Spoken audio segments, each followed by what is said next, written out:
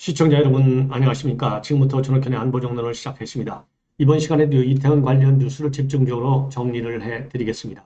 자, 경찰에서는요, 이 수사를 굉장히 본격적으로 하고 있고, 이 가게에서 이번 상황을 옆에서 직접 목격한 분들, 그리고 또 다쳤다가 다시 이제 정상이 돼서 퇴원하신 분들, 이런 분들을 대상으로 집중적으로 지금 수사에 속도를 내고 있고요. 그리고 CCTV도 많이 확보해 있다고 합니다.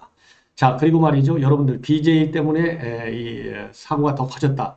이런 뉴스가 나왔는데, 이 BJ 측에서 전혀 사실이 아니다. 이런 입장문을 내놨잖아요. 그런데 지금 이제 조선일보에서 정말 본인들도 어렵게 구조가 됐는데, 그 상황에서도 한 명이라도 더 생명을 건지기 위해서 구조 활동에 나섰던, 흔히들 우리가 이런 분들 갖다 의인이라고 하는데요. 의인 활동을 했던 분들과 관련된 또 이 스토리를 갖다가 쭉 보도하고 있어요. 자, 그래서 이러한 의인들 때문에 그나마 이번 사고가 이 정도로 해서 마무리가 되지 않았나. 정말 다행스럽다. 이렇게 판단할 수 있는 대목이고요. 그 다음에 지금 이 와중에 역시 그 민주당 의원들 계속 지금 논란을 야기하고 있는데 술자리를 가진 의원이 그 언론에 이제 포착이 됐습니다. 부천 지역구를 두고 있는 서영석 의원인데, 자, 당원들 워크숍을 가졌는데 그 자리에서 술을 마셨다고 그래요. 바로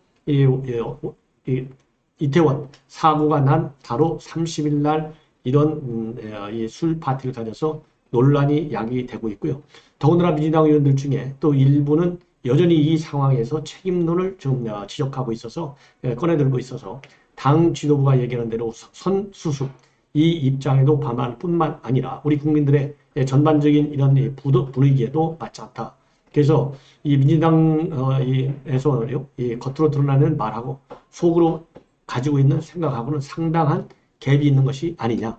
이런 지금 판단할 수 있는데요. 정말 애석하게 생각을 합니다. 자, 이래서요, 2024년도에는 매우 중요하다. 이런 말씀을 다시 한번 드리지 않을 수가 없어요. 자, 그리고 말이죠. 그동안에 조국 SNS 열심히 하다가 최근 들어서 SNS를 접는다라고 밝힌 바 있어요.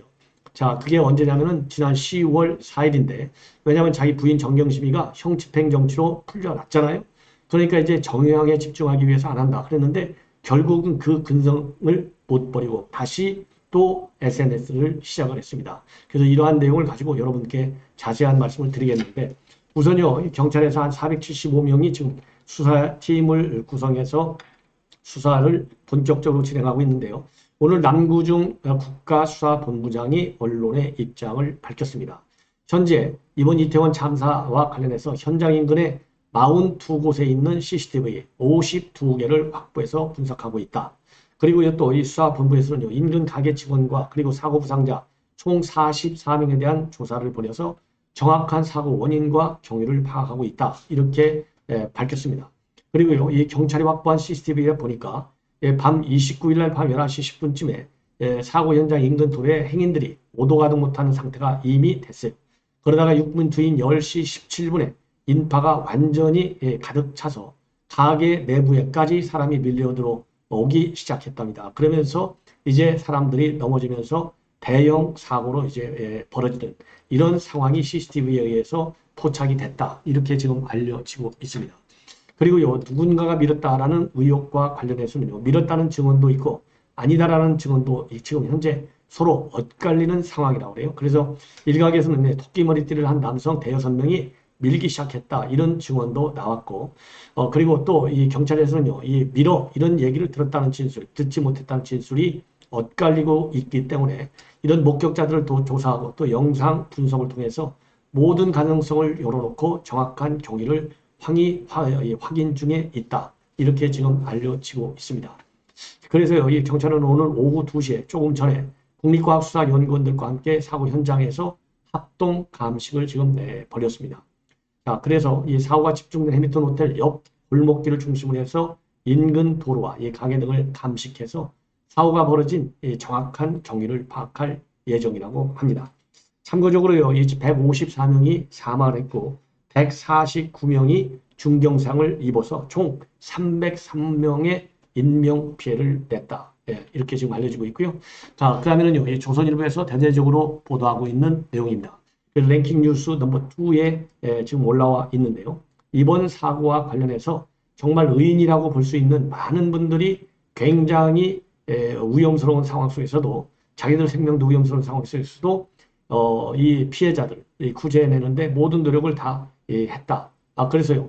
특히 이번 구조에 동참한 아프리카 TV의 BJ 사연이 지금 우리 조선일보 비롯한 많은 언론에 나오고 있습니다. 그래서 아프리카 TV하고 유튜브 영상 이런 데를 쭉 보니까 이 배터지, BJ 배터지는요, 생방송에 된 이태원의 생방송에서 이태원에 갔다가 사고를 당할 뻔한 그런 영상도 올리고 사고가 난 해당 골목에 진입한 뒤에 인파 속에 뛰어가지고 천천히 앞으로 이동을 하다가 이런 사고가 이제 벌어지고 아수라장이 한순간에 이제 벌어졌습니다. 그래서 사람들이 정신도 잃고 그래서 굉장히 위험한 상황이고 일부는 쓰러져 가고 그러한 상황에서요. 길가에 있는 상점 쪽으로 몸을 틀게 됩니다. 그리고 곧 난간에 있는 사람한테 손을 뻗어가지고 구출을 요청합니다. 그래서 이 난간에 있는 난간 위에 올라가 있는 사람들이 손을 뻗어가지고 이 베지터를 갖다가 구출해줘요. 구출해 주니까 이 벽에 기대가지고 잠시 숨을 쉬고 그리고 나서 한동안 넋이 나간 모습으로 이 BJ 이 베지터가 이제 그런 표정을 지어요. 그런 다음에 이제 본격적으로 구조에 동참하는 그런 상황이었습니다. 그래서 지금 난간에 있는 사람들조차도 말하자면 이제 들어 올리기가 어려울 정도로 난간에도 더 이상 사람들이 올리기가 어렵기 때문에 올리지 마라 못 올라온다 이렇게 하는데도 불구하고 또 한 여성은 정말 못 올라와요 이렇게 또 외치기까지 해요. 그럼에도 불구하고 이 BJ는 이 끝까지 한 사람만이라도 더 이 구조하자. 그래서 한 명만 이렇게 외치면서 끝까지 구제하는 모습이 나옵니다. 자, 그러다가 보니까요, 이 위에 있는 남성은 위에도 꽉 찼는데 무슨 소리냐. 그리고 다른 주변 난간에 있는 사람들조차도 못 올라온다고 계속 소리를 치지만 이 베지터하고 이 몇몇 사람들은 그럼에도 불구하고 구출 활동을 계속해 내는 그런 동영상이 지금 유튜브 방송을 통해서도 나오고 있는데요. 이러한 이 BJ 베지터의 행동이 지금 SNS하고 온라인 커뮤니티에 빠르게 확산되고 있고요. 그러다 보니까 이 네티즌들이 야 이거 의인이다. 그러면서 참 대단한 일을 했구나. 그러한 이 찬사를 보내고 있고 그리고 트라우마로 남을 수도 있는 충격적인 참사였지만은 못 구하신 분보다도 베지터가 구하신 소중한 생명들이 있고 그걸 기억하는 저희가 있으니 기운 내시길 바란다. 그리고 정신없는 사고 현장에서 한 명만 더 구조하자고 외치며 노력하는 모습을 봤다. 타고난 인품이 어떤 분인지 그대로 드러나는 장면이었다. 베지터님 마음에도 상처가 오래 남을 텐데 스스로 잘 돌보시기를 바란다. 이러한 응원 메시지가 지금 많이 쇄도하고 있다고 합니다.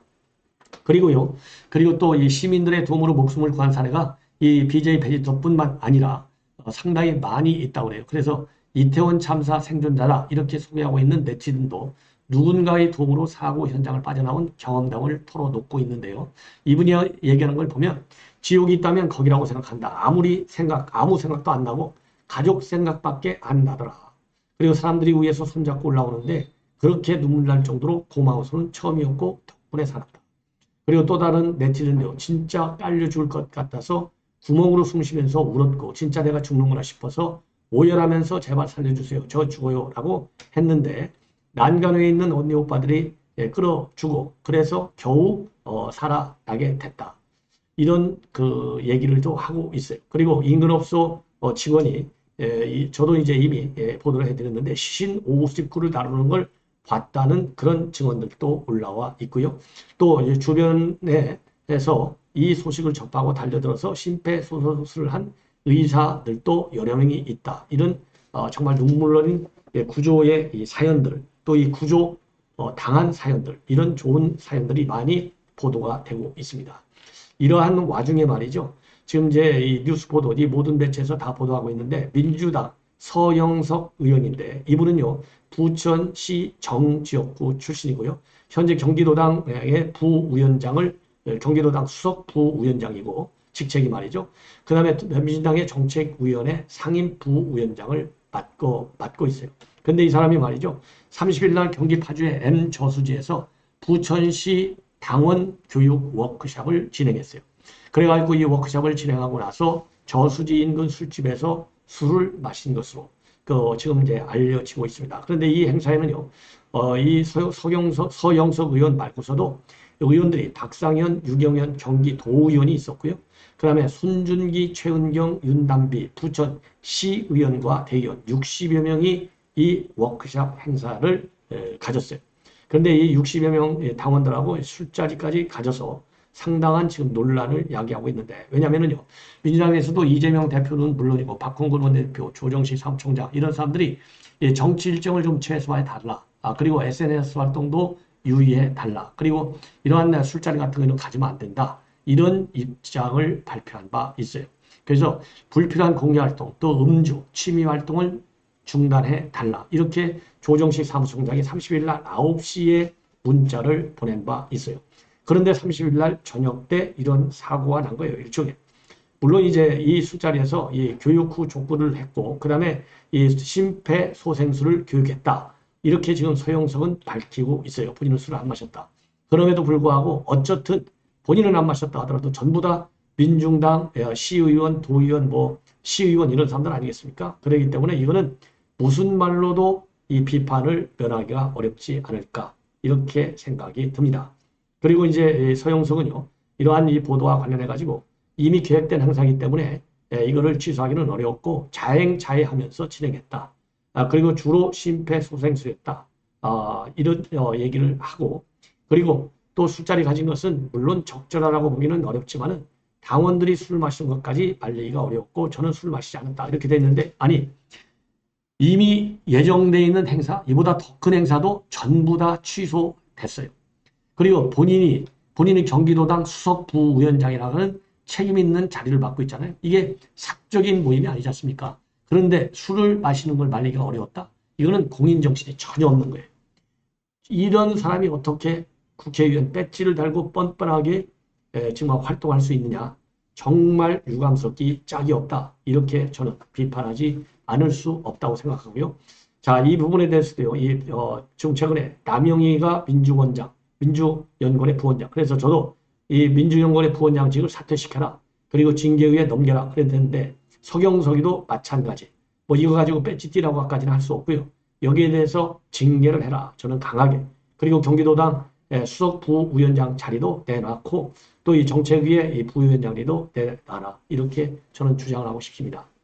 자, 그런데 지금 현재요, 이 남영희라는 이 민주연구원의 부원장이 이 사단을 일으켰잖아요. 그래서 그 글이 삭제가 됐지 않습니까? 왜 그렇습니까?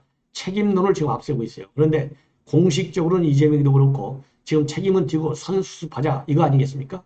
자, 그런데 책임론이 지금 이제 남영희뿐만 아니라 박지원이도 여기에 조인하고 있어요. 박지원 전에 이제 비대위원장까지 한 사람인데, 박지원 전 비대위원장도 이번 참사와 관련해서 첫째, 책임을 회피하지 말아라. 책임 회피하는 정치인들이 어디가 있느냐. 이거는 잘못된 것이다. 책임 회피 없이 애도한다. 이거는 진정성이 없다. 이런 비판을 하고 있는데요.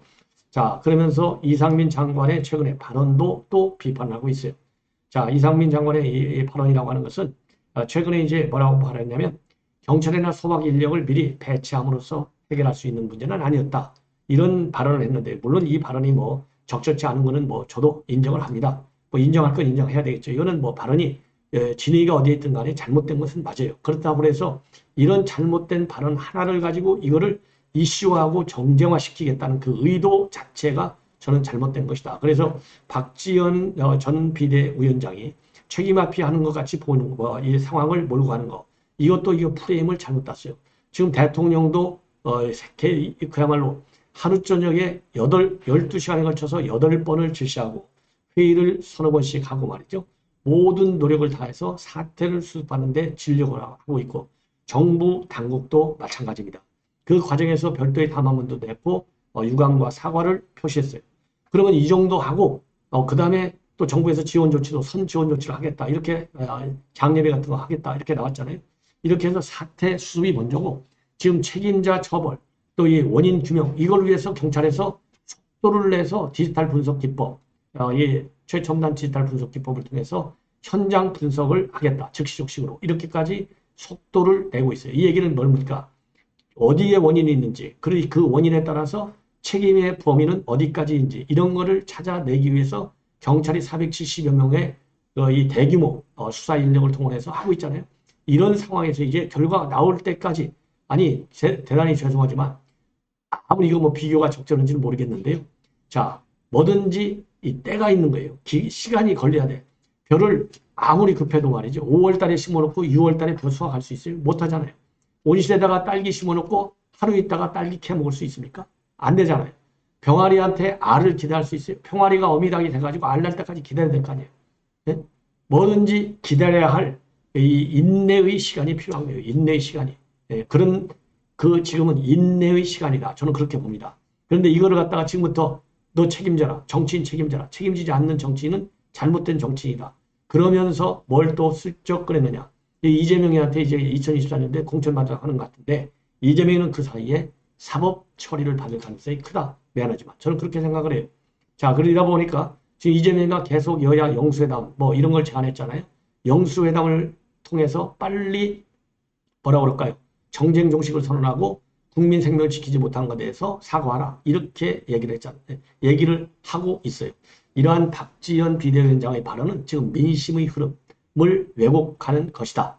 이 책임, 뭐 저도 이제 박지원 그동안에 보면 쓴소리를 많이 하잖아요. 그래서 나름대로 민주당 진영에 있지만은 좀 지켜봐야 되겠다. 그리고 최순의 이 타임즈인가요? 여기에서 넥스트 100인에까지 포함된 사람이에요.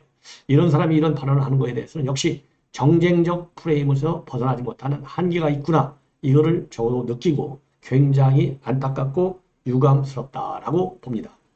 그리고요, 지금 이제 이 책임론을 지금 앞세우는 사람들은 여러 명이 있어요. 남영희, 그 다음에 박지원, 그리고 백혜련이도 마찬가지예요.